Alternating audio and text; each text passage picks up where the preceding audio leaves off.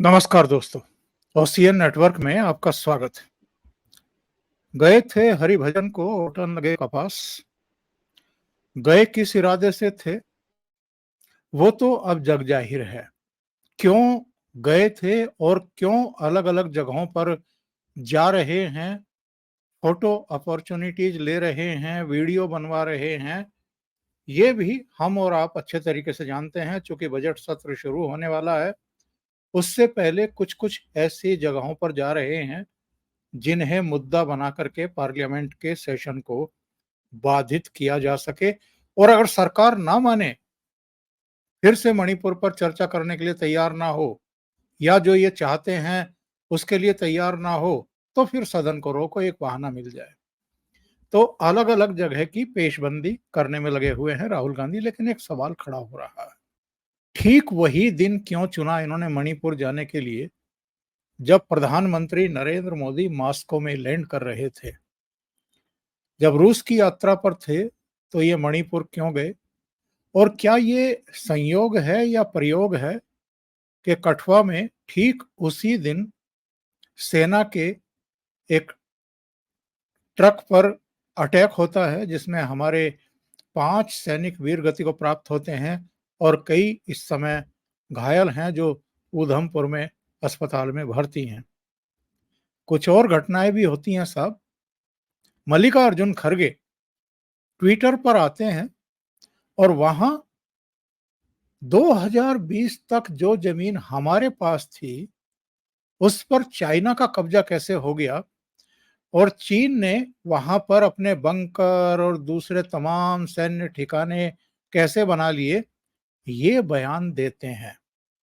और दिन क्या चुनते हैं? जब प्रधानमंत्री रूस की यात्रा पर होते हैं। तो हम जरा इसकी तहकीकात कर लें कि ये कांग्रेस देश के साथ है या नहीं है। ये शांति बनाए रखना चाहती है या अशांति पैदा करना चाहती है। ये लोगों में एक भ्रम का वातावरण बना करके अराजकता की स्थिति पैदा करना चाहते हैं, या देश हित में लोगों को आश्वस्त करना चाहते हैं कि वो भी एक जिम्मेदार शासक हो सकते हैं अगर उनको अवसर दिया जाए। सीधे जुड़ लेते हैं। प्रयागराज से मेरे साथ जुड़ रहे हैं आपके जाने पहचाने वरिष्ठ पत्रकार अनुपम मिश्रा जी। अनुपम जी, बहुत स्वागत है। नमस्कार। अनुपम जी, ये संयोग है, प्रयोग है, पेशबंदी है, क्या है? राहुल गांधी ठीक उसी दिन मणिपुर जाते हैं और मणिपुर में भी उनका क्या एटीट्यूड रहा है जब पत्रकारों ने उनसे पूछा कोई ऐसा सवाल जो उनको अप्रिय लगा या जो वो देना नहीं चाहते थे उसका जवाब, और कह दिया कि साहब आप सब्जेक्ट को डाइल्यूट करना चाहते हैं, इसलिए मैं इस सवाल का जवाब नहीं दूंगा। मैं आपके सवालों के जवाब देने के लिए नहीं आया हूं। राहुल गांधी ने मणिपुर में ऐसा बयान दिया जो, ओंकार जी, मुझे तो याद नहीं पड़ता कि 77 सालों में किसी भी पक्ष या विपक्ष के नेता ने दिया हो। आपको याद पड़ता हो तो आप वरिष्ठ हैं, मुझे जरा करेक्ट करिएगा। आज राहुल गांधी ने कहा कि मेरा कहना है, मेरा मानना है, मेरा दावा है कि मणिपुर के हालात कभी ठीक नहीं होंगे, कभी नहीं सुधरेंगे। आपने इसके पहले इस तरह की भविष्यवाणी कभी सुनी है क्या? नेता विपक्ष जाके एक हिंसाग्रस्त इलाके में कहे कि ये हालात ऐसे ही रहेंगे, इनमें कोई सुधार नहीं आएगा।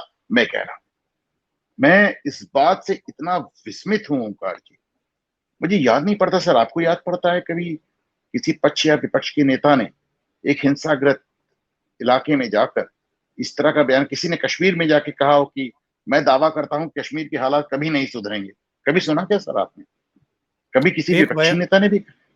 एक बयान इन्होंने ऐसा ही तथाकथित किसान आंदोलन के बारे में भी दिया था साहब, जब ये सारे इकट्ठे होकर के राष्ट्रपति भवन गए थे और राष्ट्रपति भवन से बाहर आए थे। इन्होंने कहा था कि ये आंदोलन खत्म नहीं होगा, मोदी जी कान खोल करके सुन ले।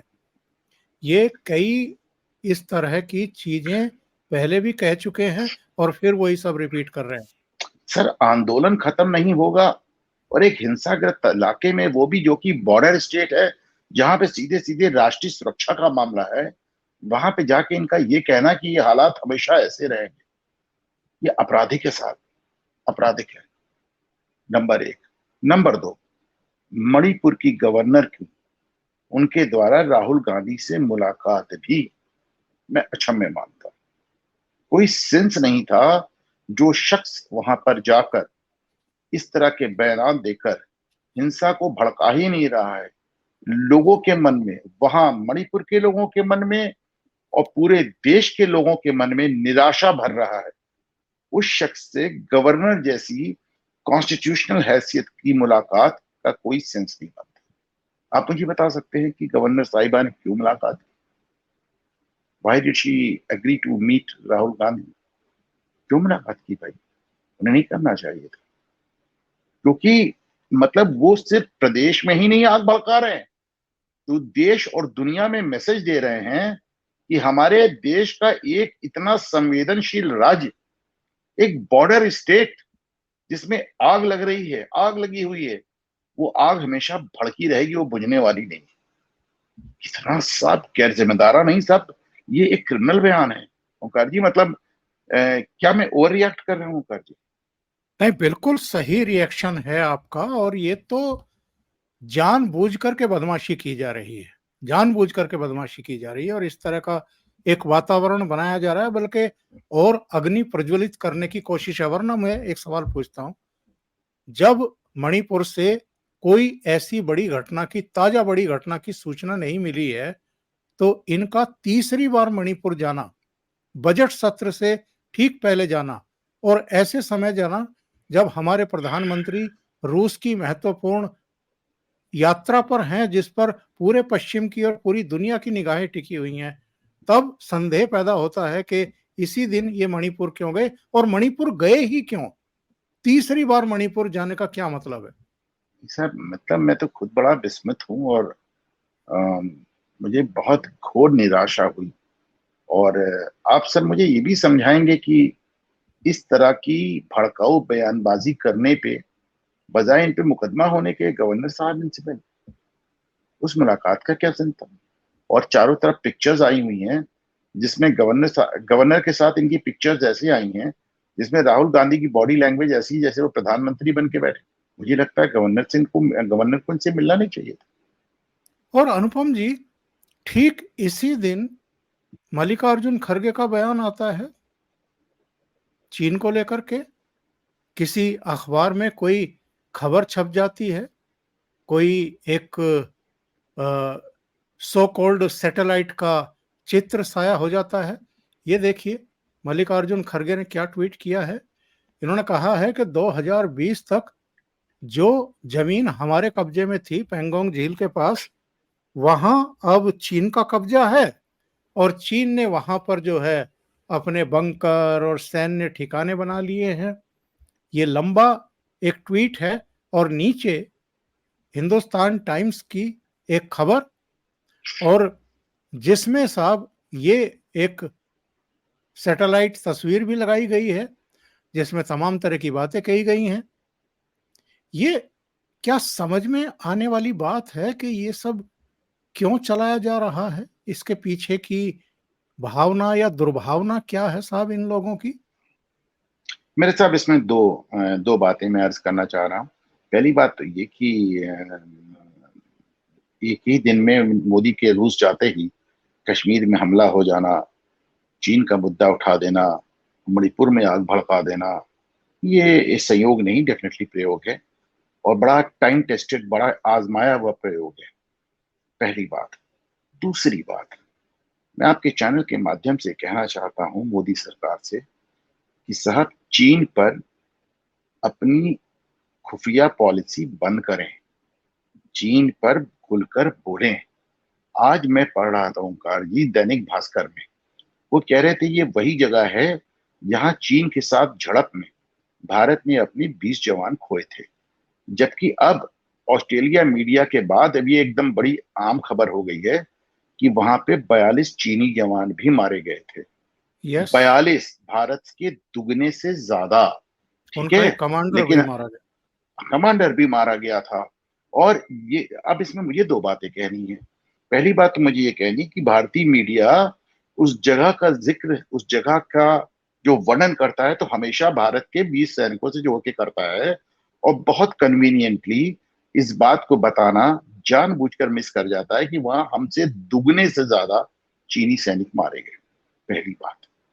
दूसरी बात, जो बात ऑस्ट्रेलिया का मीडिया जिसका रहस्य उद्घाटन करता है, उस बात को इंडियन मीडिया तक क्यों नहीं पहुंचने दिया गया? उसमें 6 महीने क्यों लगे? भारतीय भारतीय जो राजनीति है, जो विदेश नीति है, जब मैं मोदी की विदेश नीति देखता हूं, जब मैं एस जयशंकर को देखता हूं, अमेरिका, ब्रिटेन, जर्मनी और फ्रांस के लिहाज से, तो मैं उनको बड़ा आक्रामक पाता हूं। जब मैं उन्हें पाकिस्तान के लिहाज से देखता हूं तो बड़ा कंटेंचुअस पाता हूं, बड़ी धिक्कार की नजर से वो पाकिस्तान की तरफ देखते हैं, पश्चिमी जगत की तरफ बड़ी आक्रामकता के साथ बात करते हैं। लेकिन चीन को लेकर वो इतनी खामोशी क्यों अख्तियार किए हुए? चीन को लेकर वो मुखर कब होंगे? जबकि आप देखिए कि वहां पे ग्लोबल टाइम्स के बहाने चीन अपनी भड़ास निकालता रहता है। तो आपको चीन को लेकर भी मुखर होना पड़ेगा। नरेंद्र मोदी की दो भूलें मुझे नजर आती हैं। एक, उन्हें लगता था कि मकान दे दो, दुकान दे दो, टॉयलेट दे दो तो मुसलमान वोट मिल जाएगा, और दूसरे, उनको लगता है कि अगर भड़काऊ बातें नहीं करो तो चीन शांत हो जाएगा। चीन शांत नहीं होने वाला साहब, चीन शांत नहीं होने वाला, पाकिस्तान शांत नहीं होने वाला, मुस्लिम वोट नहीं मिलने वाला। ये मुगालते अपने खत्म कर दें। ये खरगे का प्रोपेगेंडा क्या है, ये आपकी समझ में आ रहा है? क्योंकि जो हमारे रक्षा विशेषज्ञ हैं, जो सैन्य अफसर हैं, मेरे साथ भी कई सैन्य अफसर मेजर जनरल रैंक के जुड़ते रहे हैं प्रोग्राम्स में, उनका कहना ये है कि साहब ये एलएसी का जो कुल मिलाकर के डिस्प्यूट है, दशकों पुराना है। बहुत सारी ऐसी लैंड है, बफर एरिया है, जहां बिल्कुल ये अभी किसी को पता नहीं है, ना चीन को पता है, ना हमें पता है। हम भी दावा करते हैं यहां तक हम हैं, चीन भी दावा करता है कि यहां तक हम हैं। एक मोटे तौर पर समझबूझ थी और अलग अलग समझौते भी हैं, 1991 का भी है, अलग अलग सालों का है, जिसमें ये कहा गया था कि जो 8 फिलर्स हैं, फिंगर्स हैं, वहां तक कौन सेना दिन में मूवमेंट करके जा सकती है, गश्त कर सकती है, लेकिन शाम को उसको वापस लौटना होगा। एक समझौता था। तो ऐसे में ये कह देना कि साहब एलएसी के उस पार, मतलब चीन की तरफ जो इलाका है, पेंगोंग झील के उस तरफ का, और बहुत सारे लोग अब तो जानते हैं, कोई मैं नई बात नहीं बता रहा हूं, कि पेंगोंग झील का भी 75% चीन में है, 25% अपनी तरफ है। पेंगोंग झील के उस पार चीन के इलाके वाला जो एरिया है, वहां पर चीन क्या कर रहा है, क्या नहीं कर रहा है, इससे मल्लिकार्जुन खड़गे को क्या लेना देना है?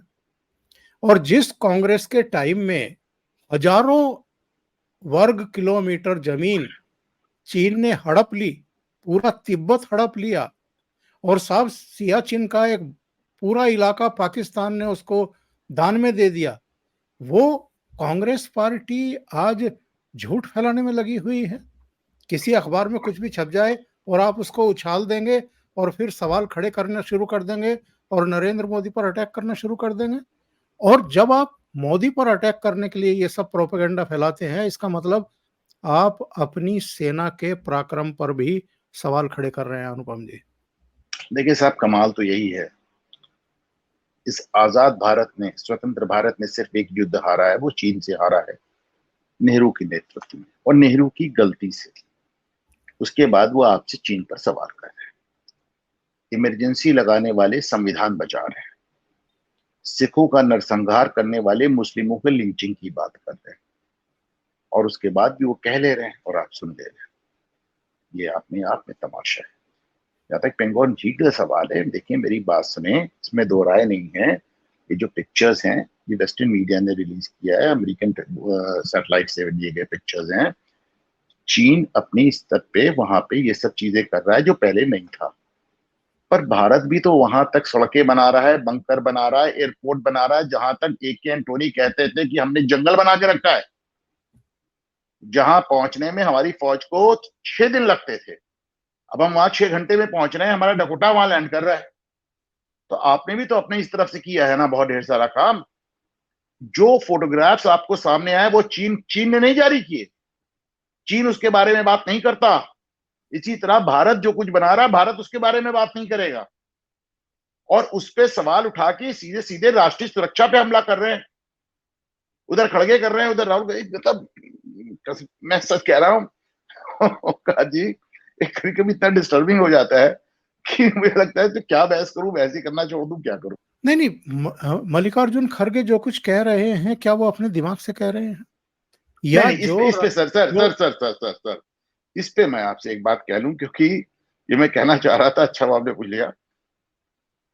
जब आप मनमोहन सिंह को फिर एक बार राज्यसभा में भेजते हैं, तो उनकी ड्यूटी होती है कि व्हीलचेयर लेके बेचारे आते हैं वोट डालने, अपने घर से बैठ के बयान जारी करते रहते हैं, चल फिर नहीं पाते, पर राज्यसभा आते हैं व्हीलचेयर में वोट डालने। जब आप मल्लिकार्जुन खड़गे को ऐसे पद पे बैठाते हैं जिसपे उन्होंने जीवन में नहीं सोचा था, तो उनको अपनी लॉयल्टी साबित करनी पड़ती है। मनमोहन सिंह को अपनी लॉयल्टी साबित करने के लिए व्हील चेयर पे राज्यसभा आना पड़ा, जरूरत पड़ती तो स्ट्रेचर पे आते। मल्लिकार्जुन खड़गे को भी अपनी लॉयल्टी साबित करने के लिए उन्हें ये सब साथ, देखिए बात सिर्फ उनकी नहीं है, अब तो उनके साहबजादे भी कैबिनेट मंत्री हैं। मुझे थकने नहीं देता मेरी जरूरत का पहाड़, और मेरे बच्चे मुझे बूढ़ा होने नहीं देते। तो मल्लिकार्जुन खड़गे का भी तो एक वंश शुरू है ना, वो अब अपने बच्चे के लिए राजनीति कर रहे हैं। वो हर मौके पे बताना चाह रहे हैं राहुल गांधी को, कांग्रेस को, सोनिया जी को, प्रियंका जी को, बड़ेरा जी को, कि देखिए साहब, मैं आपके एजेंडे को किस तरह लागू कर रहा हूं और किस तरह जबरदस्त तरीके से। और इस बार आपने राज्यसभा में उनकी और जगदीप धनखड़ साहब की झड़प भी देखी। कहा उसमें जगदीप धनखड़ ने कहा कि साहब से 3 लोग को मैंने अपने गृह प्रवेश में बुलाया था खड़गे साहब, उसमें एक आप थे। यहाँ लंबी लंबी तकरीरें करते हैं, बाहर निकल के कह देते हैं कि हमारा बाइक बंद कर देते हैं। क्या तमाशा बना लिया आपने? तो साहब फिर से कहूंगा कि इकलौता युद्ध जो भारत ने हारा वो चीन युद्ध था, वो कांग्रेस ने हारा, और कांग्रेस चीन नीति पे सवाल करती है। इमरजेंसी कांग्रेस ने लगाई, कांग्रेस संविधान बचाने का दावा करती है। सिखों का नरसंहार कांग्रेस ने किया, और कांग्रेस अल्पसंख्यकों की बात करती है। ये आप देख लें, ये आप देख लें, बड़ा क्लियर कट है, इसमें कहीं कोई डाउट नहीं है। लेकिन एक सवाल ये है, जब सोशल मीडिया आया था और नरेंद्र मोदी प्रधानमंत्री बने थे, तो पहले 2 दौर में यह कहा गया था ओंकार जी कि साहब बीजेपी की सोशल मीडिया ताकत का कोई जवाब नहीं, उसने कांग्रेस को ध्वस्त कर दिया। आपको ये बात मानना पड़ेगा कि सोशल मीडिया पर नैरेटिव बनाने में कांग्रेस लीड ले रही है। आप सिर्फ रिएक्ट कर रहे हैं, और रिएक्ट भी ठीक से नहीं कर रहे हैं। आप जब राहुल गांधी इस तरह की बातें करें, वो जाते कहाँ है? मैं कहना नहीं चाहता टीवी पे, क्या मुझे नजर नहीं आ रहा है कि जब आप उस शिविरों में जाते हैं, शरणार्थी शिविरों में, तो कौन से शरणार्थी हैं, किस शिविरों में आप जा रहे हैं, क्या मुझे नहीं मालूम कि दुनिया को नहीं मालूम? किन लोगों के बीच में जा रहे हैं, किन लोगों को भड़का रहे हैं, किसे नहीं मालूम ये बात? और उसके बाद आप इस तरह की बातें करते हैं। आपको तो जाने से ही रोक दिया जाना चाहिए। जहां पे आग लगी, आपको पूरा अख्तियार है उनको रोकने का। Throw him out. जी, तो बस ये मैं कह रहा हूं कि आपको इन्हें घुसने ही नहीं देना चाहिए। तो घुसने देना तो छोटी बात है, आपने उनको गवर्नर से एंटरटेन करा दिया। आप भी साहब बताएं, साहब आप सीनियर है मेरे, इसका क्या सेंस? और ये जो नाटकबाजी हो रही है, ये हाथरस के चित्र हैं। ये वो वीडियो जो अग्निवीर के लिए इन्होंने पार्लियामेंट में रक्षा मंत्री के द्वारा बयान दिए जाने के बावजूद अगले दिन फिर जारी किया था। एक तरफा वीडियो जैसे अरविंद केजरीवाल जारी करते रहे, वैसे ही अब राहुल गांधी ने भी सीख लिया। और ये मणिपुर का वो दृश्य जब पत्रकारों ने इनसे पूछा, और ये वहां से ये कहते हुए भाग लिए कि मैं आपके सवालों के जवाब देने के लिए नहीं आया हूं, और आप जो कुछ पूछ रहे हैं मैं उसमें भी फंस करके जो मुद्दा जिसको मैं टच करने आया हूं या मैं अगर अपनी भाषा में कहूं तो जिसको सुलगाने आया हूं और जिसको फिर से चर्चा में लेकर के आने के लिए आया हूं, वो डाइल्यूट हो जाएगा। इसलिए मैं आपके सवाल का जवाब नहीं दूंगा। तो तानाशाह कौन है? मीडिया से भागता कौन है? मीडिया के सवालों के जवाब कौन नहीं देता है? प्रधानमंत्री ने तो चुनाव प्रचार के दौरान भी 82 इंटरव्यू दिए। राहुल गांधी ने कितने इंटरव्यू दिए थे? और जब भी कोई पूछता है तो ये कह देते हैं कि ये तो बीजेपी का नैरेटिव आप चला रहे हैं, और एक टी शर्ट खरीद लीजिए या मैं आपको गिफ्ट कर देता हूं जिस पर कमल का फूल सीने पर लगा हुआ हो। देखिए, राहुल गांधी कोई ना हर बात किसी ना किसी से सीख के आते हैं। ये बात वो अखिलेश यादव से सीख किया है। अखिलेश यादव पिछले 4-5 साल से मीडिया से इसी स्तर से बात कर रहे हैं। हमने देखा वो प्रेस कॉन्फ्रेंसेस में लोग कहते हैं कि पत्रकारों से कहते हैं मैं आपके कपड़े का रंग देख के आपकी जाति बता देता हूँ, आपका धर्म बता देता हूँ, आपकी पार्टी बता देता हूँ। इस तरह की बातें वो करते रहते हैं। और अपना सरनेम बताओ, अपना जाति बताओ, तुम्हारी जाति का नाम सुन के हम तय करेंगे कि तुम किस पार्टी से जुड़े हो। ये अखिलेश यादव पिछले 5 साल से कर रहे हैं। ये उन्हीं से सीखा हुआ इनका नैरेटिव है, जिसको ये और ही फूहड़ अंदाज में पेश कर रहे हैं।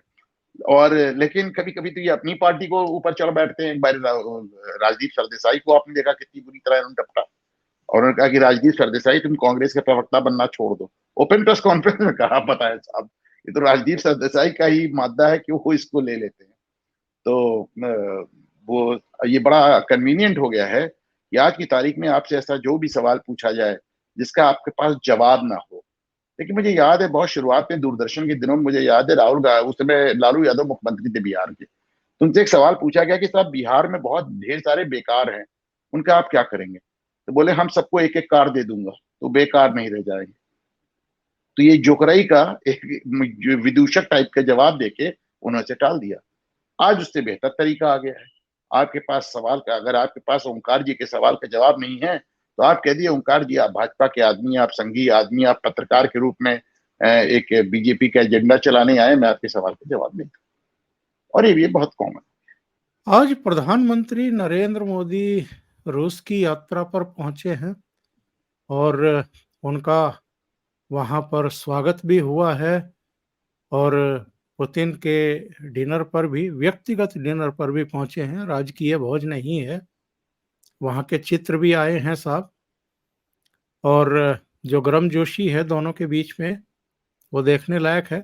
मैं जानना चाहता हूं साहब, ये जो 3 घटनाएं हुई हैं, मणिपुर, राहुल गांधी का पहुंचना, जो जो उनको कहना था उन्होंने कह दिया, मल्लिकार्जुन का खड़गे का ट्वीट करना, और कठुआ में ये अटैक होना जिसमें हमारे 5 सैनिक शहीद हुए हैं, क्या ये सब डिजाइन किया हुआ है? और मास्को यात्रा की उतनी चर्चा ना हो, उतना कवरेज ना होने पाए, इसकी जो रिलीवेंसी है पुतिन की और मोदी की मुलाकात की, जिस पर पूरा पश्चिमी जगत जो है नजरें गड़ाए हुए था, इसको मीडिया में उतना स्थान ना मिलने पाए, अलग अलग घटनाओं और चर्चाओं की वजह से ये एक डिजाइन किया गया।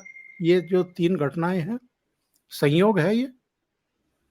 देखिए, ऐसा है कि प्रधानमंत्री नरेंद्र मोदी का पहुंचना वहां इस बार इसलिए इम्पोर्टेंट है क्योंकि व्लादिमीर पुतिन इस समय दुनिया में अलग थलग पड़ गए हैं। वो बहुत अकेले हो गए हैं, और उनके पास अगर कोई साथ है तो सिर्फ 2 तानाशाहों का साथ है। एक की तरफ आपको नॉर्थ कोरिया के किम नजर आते हैं, और दूसरी तरफ आपको चाइना के शी जिनपिंग नजर आते हैं। तो ये सिर्फ उनके पास 2 तानाशाहों का साथ है। ऐसे में दुनिया के सबसे बड़े लोकतंत्र का नेता जब वहां पहुंचता है तो जाहिर सी बात है कि पुतिन को बहुत जबरदस्त बूस्ट मिलता है। लेकिन हमें याद रखना चाहिए कि रूस जो है एक प्रीडोमिनेंटली बहुतायत एक क्रिश्चियन मुल्क है। ऐसे में जब राहुल गांधी जहां के एक ईसाई शरणार्थियों के बीच में खड़े होकर कहते हैं ये आग नहीं बुझेगी, तो वो रूस में मैसेज देते हैं। दूसरी बात, रूस का जो सबसे बड़ा साथी आज की तारीख में चीन है। तो ऐसे में जब मोदी वहां पे हैं और मल्लिकार्जुन खड़गे चीन चीन का मुद्दा उभारते हैं, तो कहीं ना कहीं उसका एक लिंक भी आपको रशिया विजिट से जुड़ा हुआ नजर आता है। यानी कुल मिलाकर 3 बातें कि ईसाइयों के मुद्दे पे, चीनियों के मुद्दे पे उनको रशिया में प्रधानमंत्री मोदी को दबाव में ले आओ, और दूसरे इस बात को साबित करो कि साहब मणिपुर जल रहा है, चीन से हम हार रहे हैं और मोदी रूस गए हैं। एक इस नैरेटिव को बना। बीच चुनाव में कुछ घटनाएं हुई थी अनुपम जी, आपको याद होंगी, और प्रधानमंत्री नरेंद्र मोदी ने नाविका के साथ इंटरव्यू में उसका इंडिकेशन दिया था। उन्होंने कहा था कि चुनाव पर दुनिया भर के देश टिप्पणियां करें, उससे हमें परेशानी नहीं है, लेकिन मैं ये देख रहा हूं कि हस्तक्षेप करने की कोशिश हो रही है। उनका इशारा किस तरफ था ये भी हम और आप जानते हैं। हस्तक्षेप रूस ने तो नहीं किया था, हस्तक्षेप ब्रिटेन ने किया था। वहां की एक अदालत ने कोवैक्सीन को लेकर के कुछ फैसला दिया था, टीका टिप्पणी की थी, भारत को बदनाम करने की कोशिश की थी। यहाँ पर मोदी पर अटैक होने शुरू हो गए थे कोवैक्सीन को लेकर के, कोविशील्ड को लेकर के। अमेरिका के फॉरेन अफेयर्स ने केजरीवाल को लेकर भी हंगामा शुरू कर दिया था। यूएन से भी टिप्पणी आई थी, जर्मनी से भी टिप्पणी आई थी, और अमेरिका के फॉरेन अफेयर्स डिपार्टमेंट ने भी टिप्पणियां की थी केजरीवाल की गिरफ्तारी को लेकर के। तब नरेंद्र मोदी ने ये कहा था कि ये सब जो हो रहा है, जो हस्तक्षेप हो रहे हैं चुनाव में और हमें नुकसान पहुंचाने की कोशिश हो रही है, हम इनको देख रहे हैं। क्या मॉस्को की यात्रा पश्चिम को भी एक संकेत है? सर, सिर्फ चुनावी हस्तक्षेप के लिहाज से मॉस्को की यात्रा नहीं है। आप देखिए, हमारे युवा दर्शकों को शायद ना याद हो ओमकार जी, पर आप तो जानते हैं कि भारत और रूस की बड़ी टाइम टेस्टेड दोस्ती है। जब साहब दुनिया में हमारे साथ कोई नहीं खड़ा हुआ तो वो खड़े थे। बांग्लादेश युद्ध आपको याद होगा, जब तक हमारी जीत एकदम मुकम्मल नहीं हो गई, उस सिक्योरिटी काउंसिल में वीटो डाले गए। उन्होंने हर जगह हमारा साथ दिया साहब। और मतलब बड़ी, मैं तो बता रहा हूँ, आप मॉस्को जाइए और आप किसी से बात करें तो आपको महसूस होगा कि एक आम रूसी के दिल में भारतीयों के लिए बड़ी गुडविल है, बड़ी गुडविल आपको नजर आएगी बहुत, मतलब और आज के नहीं, जमाने पहले से मुझे याद है गोरबचोव आए थे भारत, तो राजीव गांधी ने उस समय अपने बाल सखा अमिताभ बच्चन से उनकी मुलाकात कराई थी। कहा था साहब ये भारतीय सुपरस्टार। तो मिखाइल गोरबचोव ने कहा था कि हम रूसी सिर्फ एक सुपरस्टार को जानते हैं, राज कपूर। यस। हाँ, सर पे लाल टोपी, रूसी फिर भी दिल है हिंदुस्तानी। तो मतलब साहब एक बहुत पुराना संबंध है, बड़ा जज्बाती संबंध है। और मैं इसको किसी भावनाओं में बह के नहीं कह रहा हूँ, क्योंकि जो इंटरनेशनल रिलेशंस होते हैं वो किसी जज्बात की गिरवी नहीं होते। जो इंटरनेशनल रिलेशंस होते हैं वो बड़े स्वार्थ से बनाए जाते हैं, और ये भी संबंध स्वार्थ के हैं। लेकिन आप देखें कि सबसे बड़ा इसका टेस्ट कब गुजरा। ये टेस्ट तब गुजरा जब हम अमेरिका के करीब होते चले गए। एटॉमिक डील के बाद हम अमेरिका के करीब होते ही चले गए, लेकिन रूस ने हमसे संबंध खत्म नहीं किए, डाउनग्रेड नहीं किए, कम नहीं किए। बीच में एक समय के लिए रूस और पाकिस्तान में कुछ दोस्ती नजर आ रही थी। भारतीय विदेश मंत्रालय ने इस पर सख्त ऐतराज जताया और रूस ने अपने पांव पीछे खींचे। सिर्फ इतना ही नहीं, जिन मुद्दों पे उसने उसने जो एक ऑयल वगैरह देखने की भी बात कही थी वो भी खत्म कर दिया। तो साहब उन्होंने हमारे लिए थोड़ा सा क्वाड को लेकर के टेंशन में था रूस। देखिए उस पर साहब, मुझे क्वाड से रूस को बहुत, क्वाड से असली फर्क पड़ेगा चीन को। चीन वैसे भी को जो ही। क्वाड है, हाँ जो क्वाड है वो चाइना सेंट्रिक है, वो चाइना सेंट्रिक है। वो चीन को ही घेरने के लिए। हकीकत ये है कि क्वाड का जो पूरा कार्य क्षेत्र है वो रूस के परिक्षेत्र कहीं छूता भी नहीं। तो साहब ये चाइना सेंट्रिक स्कीम है। और जो क्वाड को लेके वो उनकी दिखा रहे थे, वो सिर्फ इसलिए दिखा रहे थे कि चीन के प्रति अपनी वफादारी दिखा रहे थे, क्योंकि चीन उनके साथ खड़ा हुआ है। रूस व्यक्तिगत रूप से क्वाड से बिल्कुल अछूता है। आपने अभी एक शब्द का प्रयोग किया, मैं उस शब्द पर एक सवाल आपसे पूछना चाहता हूँ। आपने वीटो पावर की बात की कि जब बांग्लादेश वाला प्रकरण आया था तो रूस ने जो है वीटो का इस्तेमाल किया था भारत के पक्ष में। कहीं ऐसा तो नहीं है चुनाव एक के बार नहीं दौरान किया ये था भी? साहब, कई दिनों तक लगातार किया था। जब तक हमने खुद ही सीज फायर नहीं कर दिया तब तक रूस वीटो लगाए रहा। योगी आदित्यनाथ ने चुनाव प्रचार के दौरान ये कहा था कि हम तीसरी बार अगर केंद्र में आ जाते हैं तो अगले 6 महीने में जम्मू कश्मीर, गिलगिट बाल्टिस्तान भारत का हिस्सा होगा। नरेंद्र मोदी की मॉस्को यात्रा कहीं एक और वीटो पावर के लिए तो नहीं है? देखिए साहब, इस पे मैं क्या कहूं, लेकिन मैं एक बात जरूर जानता हूं कि आज कठुआ में जो हुआ है, एक छोटा मोटा पुलवामा मान लीजिए, बहुत गंभीर मामला है, बहुत गंभीर मामला है। छह फौजियों का इस तरह मारा जाना छोटी बात थी। इसके गंभीर नतीजे होंगे, इसका मैं दावा करता हूं। रही बात बाल्टिस्तान और ये आपका पाकिस्तान के जो नॉर्थ वेस्ट फ्रंटियर प्रोविंस है, ये सब मुझे जाती तौर पे लगता है कि साहब कोई जरूरत नहीं है। पाकिस्तान अंदर से फट रहा है। पाकिस्तान को सिर्फ आप टच ना करें, वो खुद ही कई टुकड़े में हो जाएगा। नरेंद्र मोदी ने पिछले 5, 6, 7 सालों में पाकिस्तान लफ्ज अपने मुंह से नहीं निकाला, एकदम भूल गए, एकदम इग्नोर कर दिया और बिना एक सिंगल गोली चलाए पाकिस्तान को दिवालिया कर दिया। तो साहब पाकिस्तान अंदर से इम्प्लोड कर रहा है, पाकिस्तान अंदर से टूट रहा है। मुझे लगता है कि उनको फिलहाल कुछ दिन अपने इसी में, हालांकि चूंकि एटॉमिक स्टेट है इसलिए वेस्टर्न कंट्रीज बार बार उसकी मदद कर देती, कभी खुद कर देती हैं, कभी सऊदी अरब वगैरह से करा देती हैं। उनको डर लगता है कि साहब एक एटॉमिक स्टेट अगर फेल हो जाएगा तो क्या हो जाएगा। हकीकत यह कि पाकिस्तान पिछले एक दशक में 10 बार दिवालिया हो चुका है, हर साल दिवालिया हो जाता है, लेकिन उसको किसी तरह पैसे वैसे दे के जिंदा रखा जा रहा है। अभी देखने की बात होगी कि साहब आप कितने दिन आईसीयू में इस मरीज को चला दें। बहुत बहुत धन्यवाद अनुपम जी, जुड़ने के लिए, ओशियन नेटवर्क के लिए इतना समय निकालने के लिए और कई मुद्दों पर चर्चा करने के लिए। Thank you so much. नमस्कार।